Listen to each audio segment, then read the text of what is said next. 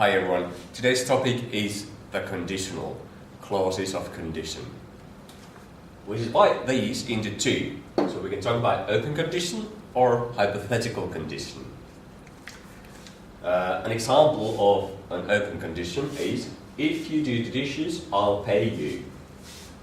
Here we do not take a stand whether or not the condition is or will be met. In hypothetical condition, as in if you had done the dishes, I would have paid you, we imply unreality or improbability. So hypothetical conditions imply unreality or improbability.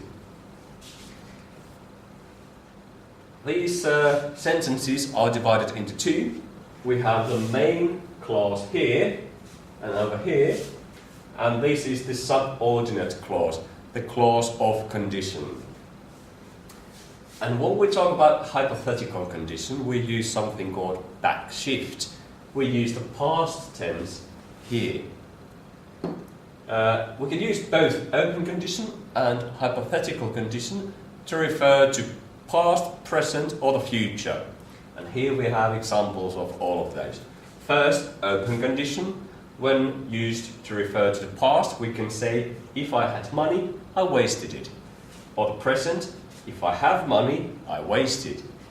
Or we can use it to refer to the future, if I have money, I waste it. Or hypothetical condition, which implies that this condition is unreal or improbable.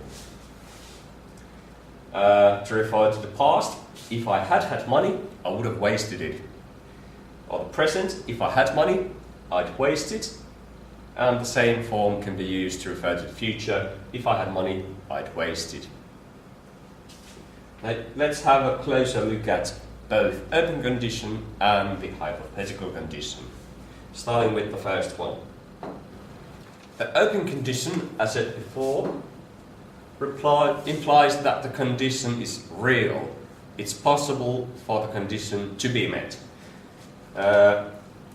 When we use it in the past reference, the condition is inevitably met, because we're talking about something that took place in the past, so it has to be true. We can use it to express a past habit, as in, if the sun was shining, I walked.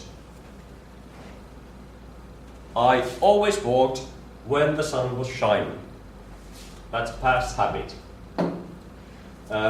With present reference, the condition is also inevitably met, and this we can use to express general truths or present habits. An example of general truth, if you melt ice, you'll get water. Or present habit, if my hip doesn't ache, I usually walk to work. And these if clauses are the clauses of condition. For future reference, the condition will probably be met. We can't say that it's inevitably met because we do not know about the future.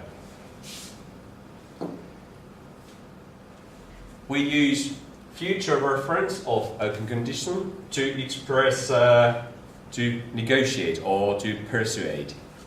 As in, if you help me today, I'll help you tomorrow.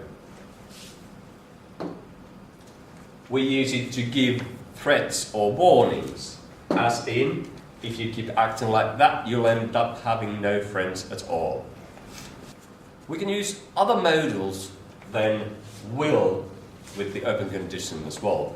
The main clause can include modals may, might, can, or could.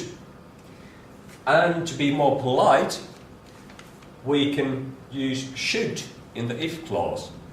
As in, should you need any help, just ask the personnel. We'll leave the if out, replace it with should.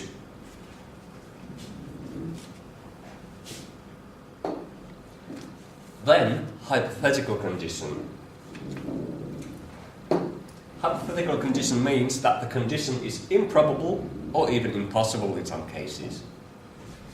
Now, when we use it to refer to things in the past reference, the condition is impossible. We use it to express reproach or regret, as in, if I had done my homework, I would understand this. If I had done my homework means that I haven't done them. This condition is impossible. We're talking about something that's in the past.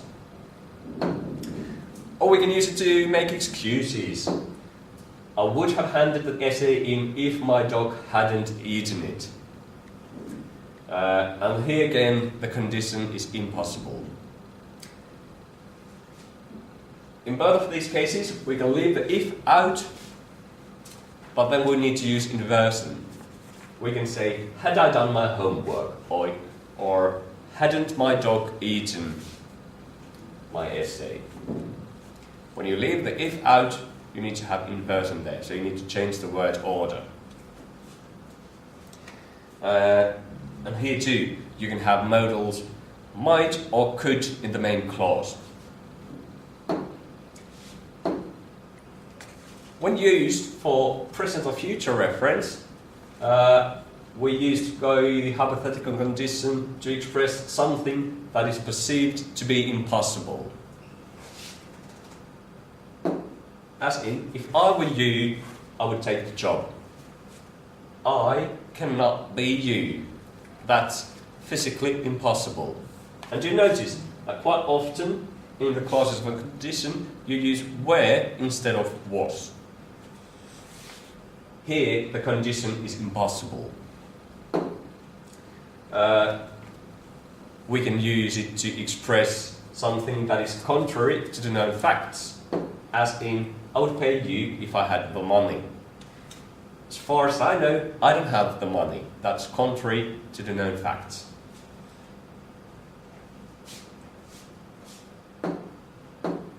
Or we can use it to express something that is very improbable, as in, if I won the lottery, I would take a year off traveling the world.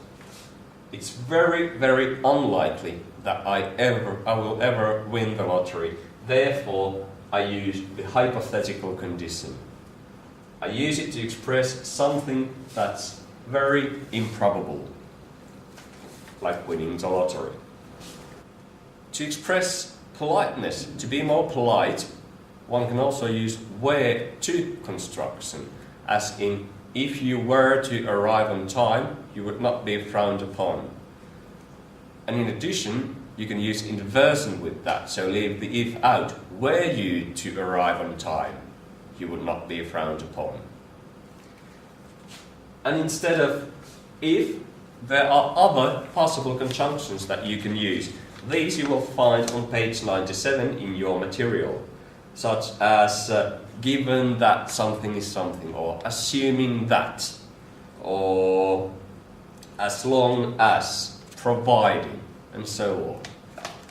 We can use those instead of the if word. Wonderful. After this, there's only one lesson left, and that's about relative clauses. So stay tuned.